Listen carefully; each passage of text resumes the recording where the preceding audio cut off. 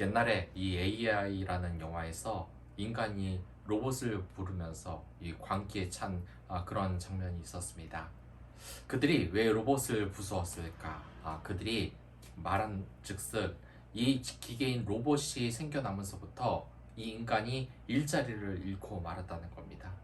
그래서 일자리를 잃은 인간들은 더 가난하게 살고 삶이 어려워지고, 그래서 인간에게 버려진 노후화된 그런 고물 로봇을 모아서 잔인하게 처형하면서 사람들이 희열을 느끼는 그런 이야기입니다. 이 장면을 보면 우리나라에서 떠오르는 용어 하나가 있습니다. 그것은 바로 생태계 교란종이라는 겁니다.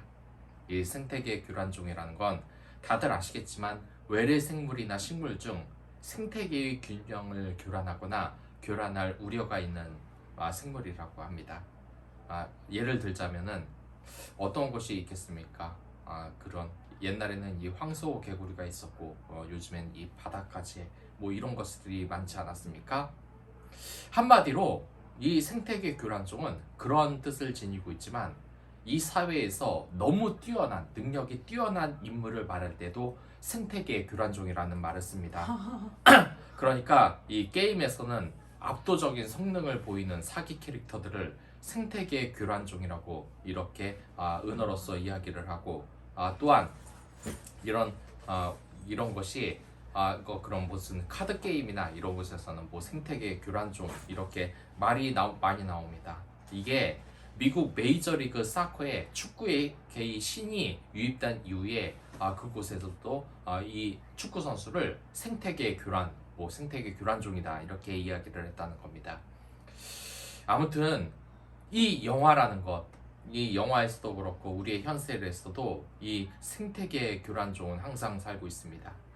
예전에 근데 이런 생태계 교란종은 말 그대로 뛰어나기도 하지만 억눌러도 돼야 된다는 것입니다. 옛날에 제가 20대 때 이 스타크래프트라는 게임이 있었는데, 이 게임에서는 사용할 수 있는 종족이 모두 3명입니다. 근데 이것을 한마디로 늘 밸런스 패치를 했습니다. 이것이 뭐냐면 한 종족이 너무 강하면은 그 밸런스가 무너진다고 능력을 다 비슷하게 맞춰 놓는 겁니다. 근데 이런 생태계 교란종을 없애려는 노력이 우리 사회에도 이루어지고 있는 경우가 많지 않습니까? 우리 사회에서도 뛰어난 천재가 나타나면 어떻습니까? 뭐 이런 이야기 있지 않습니까? 빌 게이츠가 우리나라에서 태어났으면 어떻게 됐을까? 스티브 잡스가 우리나라에서 태어났으면 어떻게 됐을까? 생태계 교란종으로 지정을 받고 밸런스 패치가 이루어지지 않겠느냐라는 말이 많았다는 겁니다. 우리는 단지 천재라는 이유로 그들을 생태계 교란종으로 취급을 하면 이 사회가 어떻게 되겠습니까? 오늘 성경 말씀도 마찬가지입니다. 이 생태계 교란종으로 찍힌 한 인물이 있었으니 그가 바로 요셉이라는 겁니다. 이 요셉은 날 때부터 라헬의 뱃속으로 태어났습니다. 이 라헬의 뱃속에서 태어난 것도 이 야곱의 사랑을 받을 만한 것이었지만, 유독 그 잘생긴 외모와 명석한 머리를 가지고 있었기 때문에 다른 사람들의 인정을 받고 있고, 특히 이 야곱은 요셉에게만 화려한 채색 옷을 입혀서 이 요셉이 굉장히 특별한 아이라는 것을 상징합니다. 우리로 보면 생태계 교란종 아니겠습니까? 남들에게 피해를 주는 것, 요즘 그렇게 그런 이야기도 나오지 않습니까? 이 잘생긴 미남이 있으면 이 주변이 남자친구가 오징어로 보인다, 뭐 이런 말이 있을 정도로 잘생긴 사람 하나가 이 전체 이 물을 흐리고 다닌다, 이런 말이 있을 정도로 말입니다. 하지만 우리가 생각해야 될 것은, 왜 우리가 이렇게 뛰어난 사람을 생태계 교란종으로 어기고 무시하고 또한 이들을 억압하려고 하냐는 것입니다. 사실 이렇게 이 요셉이 특별히 그 형제들에게 질투를 받았던 그 원인은 무엇입니까? 그건 오늘 3절에 나와 있는데, 부분적으로는 세상을 떠난 그의 어머니 때문이라고 할 수 있고, 또한 한편으로는 노년의 가장 큰 위로가 되기 때문에 만약 이 야곱이 요셉을 사랑했던 것입니다. 요셉은 자기 아버지의 시중을 들었을 것이고 막내로서 또한 다른 이들보다 아버지께 더 순종하면서 사랑을 받았을 것입니다. 왜냐하면 그는 노년에 기다렸던 아이들이기 때문입니다. 그러니까 그가 어렸을 때 그는 어린이였지만 유치하지도 않았고 굉장히 똑똑했습니다. 그리고 사랑하는 라헬의 뱃속에서 태어났습니다. 그래서 야곱은 그에게 채소옷을 입혔습니다. 이 사실은 그에게서 굉장히 영광스러운 사실이었고 아마 요셉이 다른 사람보다 특별한 아이라고 생각하는 계기가 되었던 것 같습니다. 하지만 그는 이 형제들에게 미움을 받았습니다. 왜 미움을 받았겠습니까? 그의 아버지가 특별히 그를 사랑했던 까닭입니다. 이 부모가 차별을 두었을 때 자녀들은 그것을 곧 알아차리고 때에 따라서는 서로 방목하고 불만을 일으키는 원인이 됩니다. 우리나라에도 늘 그렇지 않습니까? 잘생기고 예쁜 연예인 하나 나와 보십시오. 온갖 악플에다가 네가 이쁜 줄 아냐 어쩌고저쩌고 뭐 별말이 다 올라오고 그런 것 때문에 이 연예인들이 자살하기까지 하는 그런 문제가 나타나지 않습니까? 왜 그렇습니까? 뭐 물론 미움을 받을 만한 한 그런 말을 한 사람도 있지만 단순히 남들보다 예쁘기 때문에 능력이 좋기 때문에 굉장히 그런 공격을 많이 받는다는 것입니다. 일단 이 요셉도 그러한 것이 있습니다. 일단 우리가 생각해야 될 것은 그러니까 너무 정직한 사람은 또한 미움을 받는다는 것입니다. 이 요셉이 형들에게 미움을 받는 것은 형들의 과실을 아버지께 고했기 때문입니다. 어떤 의심이 드십니까? 사회생활을 잘 못하는 요셉의 그러한 모습이 보이십니까? 일면 맞는 말일 수도 있습니다. 하지만 우리는 진실을 말하는 충고자가 미움을 받기도 한다는 것을 기억을 해야 된다는 것입니다. 그리고 정직하게 살아가는 사람들은 하나님의 사랑을 따르는 사람들은 세상의 미움을 받는다는 것도 알아야 되는 것입니다. 제가 실제로 겪었던 것입니다. 예전에 다녔던 회사에서도 일면 저와 같이 다녔던 어떤 사람이 이런 말을 했습니다. 교회 다니는 사람들은 정말 싫다. 보면은 자신이 정직한 줄 안다. 그러니까 이런 일이 흔히 있으면 안 되는데 그 당시 90년대 때만 해도 이 회사 물품을 빼돌리는 일이 흔했습니다. 근데 이 교회 다니는 사람이 그것을 보고 정당하지 못하다. 그리고 이것에 대해서 고발을 하자. 그것 때문에 열을 받고 그러면서 이 기독교인들을 믿지 못한다는 것입니다. 이게 여러분들에게 옳은 일이라고 생각하십니까? 옳지 않은 일이라고 생각을 하십니까? 옳은 일. 당연히 이런 부조리한 일에 참여하지 않고 그것을 고발하는 일은 옳은 일입니다. 하지만 이 세상에서 뭐라 그럽니까? 센 힘이라 그러고 꽉 막혔다. 이 세상에서 제대로 사회생활을 하지 못하는 사람이라고 이야기를 한다는 것입니다. 우리가 요셉을 볼 때도 그러한 모습을 우리가 배워야 된다는 겁니다. 회사가 비리를 저지르고 하는 것에 우리가 동참해야 되겠습니까? 오히려 그러한 것에 잘못됐다 말하고 하나님의 원리대로 나가는 것이 이득이 아니냐는 것입니다. 일단 우리는 살면서 이 세상에서 이 천재들과 어떻게 살아야 될지, 생태계 교란종과 어떻게 살아야 될지를 한번 생각해야 된다는 것입니다. 먼저 첫 번째로 우리는 그런 생각을 할 필요가 없습니다. 왜냐하면 하나님은 모든 사람들을 다 천재로 만들었기 때문입니다. 한마디로 뛰어난 사람도 모자란 사람도 없습니다. 물론 아니라고 생각하는 분들도 있을 겁니다. 이 세상에 모두 요셉과 같이 총리가 되는 것이냐, 모두 다 대통령이 되는 것이냐, 물론 그것은 아닙니다. 이 세상에서는 하나님이 말씀하신 대로 그 비유대로 5달란트를 받는 사람들도 있고 1달란트를 받는 사람들도 있고 그 일에 우리가 보기에 크고 작은 일이 분명히 있고 하나님께서도 이 모세에게 큰 일을 맡기시고 또한 작은 일을 맡기신 분들도 분명히 있다는 것입니다. 하지만 분명하게 말하지만 우리의 재능에는 차이가 없습니다. 하나님은 우리에게 모두 재능을 주셨습니다. 모두 천재의 재능을 주신 겁니다. 만약 어떤 사람이 대통령을 했는데 내가 대통령이 못 되었다고 나는 대통령 될 자질이 없다고 그것을 가지고 한탄하면서 그 사람을 저주하고 질투하면 어떻게 되겠습니까? 그냥 그 사람의 뛰어난 점을 칭찬하고 다 같이 발전하면 된다는 것입니다. 예전에 저는 이 회사를 다녔을 때 또는 전도사 생활을 했을 때 굉장히 당황했을 때 적이 있습니다. 제가 이 전도사 생활을 하는데 많은 인원들을 끌고 야유회 인솔을 해야 되는데 그게 한두 명이 아니라 100명이 넘는 겁니다. 근데 평소에 이런 일에 굉장히 어려웠던 저는 당황을 했습니다. 이 100명이 되는 인원이 어떻게 출발을 하고 그걸 어떻게 계산을 할까? 이게 특히 문과생이었던 저는 이게 대단히 어려웠다는 것입니다. 하지만 그 점은 아주 간단하게 해결되었습니다.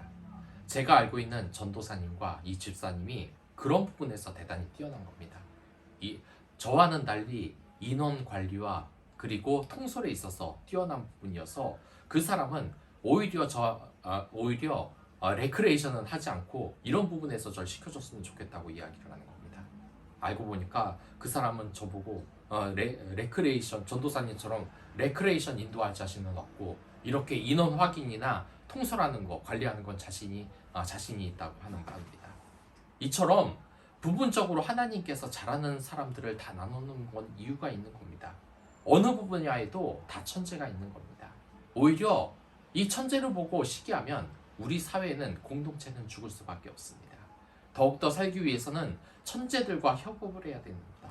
나도 다른 곳에서는 천재일 수 있는 겁니다. 저 또한 그렇습니다. 제가 이 회사에 다니면서 사실 와이프가 저보고 일에는 자질이 없는 것 같다, 못한다 이런 이야기를 많이 했는데 이 아내가 어느 날 보니까 계속 뻑뻑거리면서 컴퓨터에서 한두 시간을 있는 겁니다. 보니까 컴퓨터를 너무 못하고 간단한 것조차 이해를 하나도 못하는 겁니다. 그래서 제가 옆에서 이것저것 좀 도와주면서 하는데 전 참 놀라운 게 문서 하나 만드는 거, 그러니까 설문조사 문서 하나 만드는 것에 왜 그걸 못할까 하는데 실제로 제 아내는 못합니다. 근데 저는 할 줄 압니다. 이것처럼 서로에게 도움이 되는 그 자질이 있는 것 아니겠습니까? 하나님은 그 재능과 은사를 준다는 것입니다. 그리고 두 번째로 우리가 천재를 질투할 필요가 없는 것은 우리에게 다른 무기가 있다는 것입니다. 이현세가 라디오에서 그 유명한 말을 하지 않았습니까? 그 말이 뭐냐면 살다 보면 꼭 한 번은 재수가 좋든지 나쁜지 천재를 만나게 된다는 겁니다. 우리 대다수는 이 천재와 경쟁을 하다가 상처투성이가 되든지 자신의 길을 포기하게 된다는 겁니다. 왜냐? 나는 한 5시간, 6시간 노력을 해도 제대로 못하는데 이 천재는 슬슬 놀고 와서 제자리에 와서 갑자기 볼 한 번 자면 나보다 훨씬 잘한다. 얼마나 이 절망에 빠지겠습니까?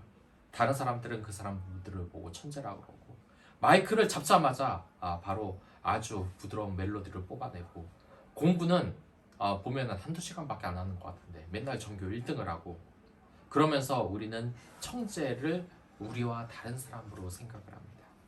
그리고 저 사람은 나와는 다른 사람이고 내가 이길 수 없는 사람이라고 이야기를 합니다. 근데 이렇게 피해갈 수 있으면 좋겠는데 만약 자신의 분야에서 천재를 만나면 또 어떻게 할 것입니까? 이 이현세도 마찬가지였습니다. 어릴 때 그는 동네에서 그림을 그리면 신동이 됐습니다.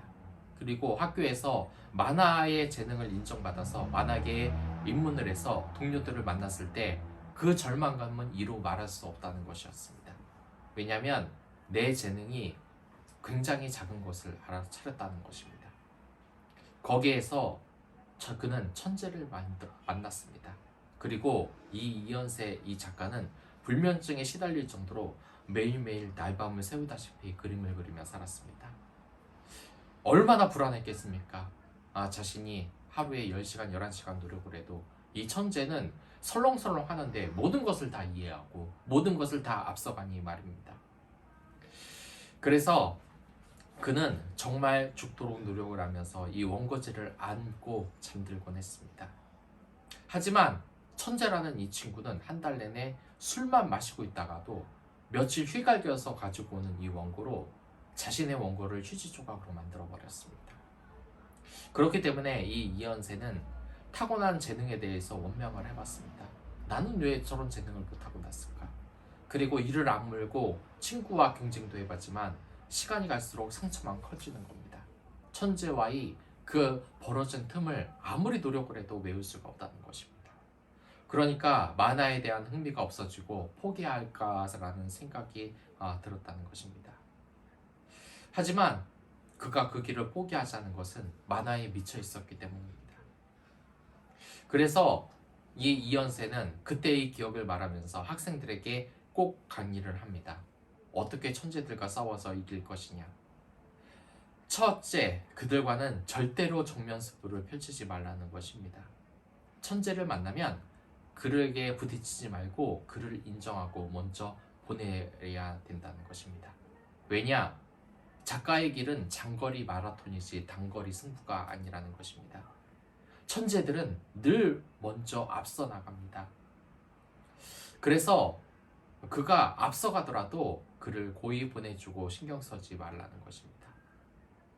우리는 그를 보면서 신의 벽을 만나봤다고 생각을 합니다. 도저히 넘을 수 없는 벽을 만났다고 생각하고 한탄합니다. 그런데 그런 천재를 앞서 보내놓고 10년이든 20년이든 자신의 길을 꾸준히 간다면 언젠가 그 멈춰버린 천재를 추월하는 자신을 보게 될 수 있을 거라는 것입니다. 이 인생이란 것은 장거리 승부이지 절대로 단거리 승부가 아니라는 것입니다. 그런데 우리 이 사회에는 언제부턴가 천재에게만 열광하고 있습니다. 이 천재들이 재능만 부러워하며 그들이 재능 때문에 성공했다고만 이야기하고 있습니다. 하지만 분명히 기억해야 될 것이 있습니다. 재능의 천재도 있지만 지구력의 천재들도 있다는 것입니다. 이런 천재들은 존재하는 것만으로도 축복이고 보는 것만으로도 감사하다는 것입니다. 우리 주위에도 이런 사람들이 있지 않습니까? 잠들기 전에 한 장의 그림만 더 그리면 된다. 자기 전에 글자 하나 더 봐도 된다. 우리 존재에도 그리스도인들이 있습니다. 아무리 피곤해도 새벽 기도를 가면서 주위의 사람들을 위해서 기도하는 그러한 천재들 말입니다. 버티는 천재들, 정상이든 상준턱이든 내가 있는 이 공동체의 사람들을 위해서 기도하며 그들에게 사랑을 전하는 그런 사람들 말입니다. 그렇기 때문에 우리는 생태계의 교란종일 수밖에 없습니다. 천재일 수밖에 없는 겁니다. 그렇기 때문에 여러분들이 요셉이고 제가 요셉인 겁니다. 이 사회에서 가장 뛰어난 것입니다. 아직도 제 말이 의심스럽습니까? 제가 이 유튜브를 보니까 한 가지 특징이 있었습니다. 잘생긴 사람들은 성공하기가 힘들다는 겁니다. 위에로 외모가 평범한 사람들 그리고 잘 드러나지 않는 사람들이 크게 성공한다는 것입니다. 참 이게 말하긴 미로하지만 이 세상에서 가장 영향력이 뛰어난 인물 1위가 누군지 아십니까? 오프라 윈프리입니다. 그 사람이 물론 이런 말을 해서 죄송하지만 어디 외모로서 성공한 사람입니까? 그리고 이 세상에서 가장 성공한 여행 유튜버 보십시오. 1, 2위가 누굽니까? 이 빠니보틀과 각튜브 아닙니까? 이 사람들이 어디 외모로 성공한 사람들입니까? 하지만 그렇지 않다는 겁니다. 유독 이런 은어가 있습니다. 얼굴이 잘생긴 사람을 네 글자로 뭐라 그러는지 아십니까? 얼굴 천재라고 합니다. 근데 이 얼굴 천재들은 성공하기가 힘듭니다. 오히려 못생긴 사람들이 성공하기 쉽습니다. 어쩌면 우리 사회는 천재가 더 성공하기 힘든 사회가 아니겠습니까? 얼굴 천재라는 말이 들어갔으니까 성공하기 힘든 거 아니겠습니까? 이 요셉도 그렇고 우리도 그렇고 이 세상에 생태계 교란종이 될 가능성이 많습니다. 왜냐? 이 요셉도 정직했기에 형들에게 미움을 받았습니다. 하지만 우리 그리스도인들도 마찬가지입니다. 이 사회에서는 말합니다. 사람이 너무 깨끗해서는 안 된다. 거짓말도 할 줄 알아야 된다. 약속을 하면 깰 줄도 알아야 된다. 하지만 그리스도인들은 그러한 가르침을 받지 않은 사람들 아닙니까? 정직으로 승부하는 것 아니겠습니까? 그것이 우리 그리스도인입니다. 다른 무엇보다도 사랑으로 승부하는 것이 그리스도인이라는 것입니다. 그리스도인의 큰 특징이 뭔지 아십니까? 이 사회에서 천재를 많이다 하더라도 그를 시기 질투하지 않고 오히려 그의 장점을 칭찬하며 사랑하며 기도하는 사람이 그리스도인인 것입니다. 우리가 요셉인 이유는 바로 이것입니다. 다른 사람을 품을 줄 알고 다른 사람을 사랑할 줄 알고 이 공동체에 유익이 되는 사람들, 이 공동체를 진정으로 살릴 사람들 말입니다. 제가 이 영업을 해보니까 가장 크게 깨닫는 사실들 중 하나가 뭔지 아십니까? 그건 정말 이 사람을 사람과 함께 할 줄 알아야 된다는 것입니다. 저는 이 예전에 이 영업을 하면서 보니까 이 많은 곳에 이 아줌마 아저씨밖에 없는 겁니다. 다 나이든 할머니 할아버지도 있었습니다. 근데 특징 중 하나가 그런 데가 점점점 줄어들고 있다는 것입니다. 일할 사람이 없다는 것입니다. 마치 우리나라 사회 같지 않습니까? 나이든 노인들은 많지만 어린이는 단 한 명도 없는 것. 보면은 사무실은 없는데 대부분 텅텅 비어 있습니다. 가끔 가다가 꽉 찬 그런 영업소를 발견할 수 있는데 대부분 사성을 들어보면 그렇게 좋지 못합니다. 왜냐? 대부분 그 영업하는 곳이 다 문을 닫아서 한 곳에 모여서 그렇게 가득 있는 것처럼 보이는 거지 점점점 사람이 준다는 것입니다. 그런데 저는 다른 영업소에 한번 가봤는데 그곳에는 점점 사람이 느는 겁니다. 그것도 노인들만 있는 것이 아니라 젊은 사람들 20, 30대가 느는 것입니다. 이게 왜 이렇게 느는지 아십니까? 그것은 바로 그 밑에 있는 사람들을 교육시키기 때문입니다. 이곳에서 어떻게 생활을 할지 하나부터 열까지 다 가르치고 그들을 점점점 성장시킨다는 겁니다. 그러니까 이 20대, 30대 사람들이 이 영업을 하는 그런 사람으로서 성장을 해서 그곳이 계속 부흥이 되는 것입니다. 이것을 보면서 저는 이 그리스도인들에게 이 사랑과 교육이 얼마나 중요한 건지를 알았습니다. 사실 이 교회 공동체가 계속해서 늙고 있는데도 불구하고 다른 한 곳에서는 이 교회 공동체가 계속해서 커지고 있습니다. 보면은 청년들이 가득한 교회도 있고 어린이들이 가득한 교회들이 있습니다. 왜 그들이 교회 공동체에서 문을 닫지 않고 계속해서 성장하는 것이겠습니까? 일단 사랑으로서 교육을 시키기 때문입니다. 그들에게 이 세상을 어떻게 살아갈지 알려주고 사랑으로 가르치기 때문입니다. 이 세상의 천재들이 성공하기 힘든 것은 바로 그것 때문입니다. 자기 자신만 잘났고 자기 자신만 성공하겠다는 생각을 가지고 있기 때문입니다. 하지만 우리 이 사랑을 가진 그리스도인들의 천재들은 다릅니다.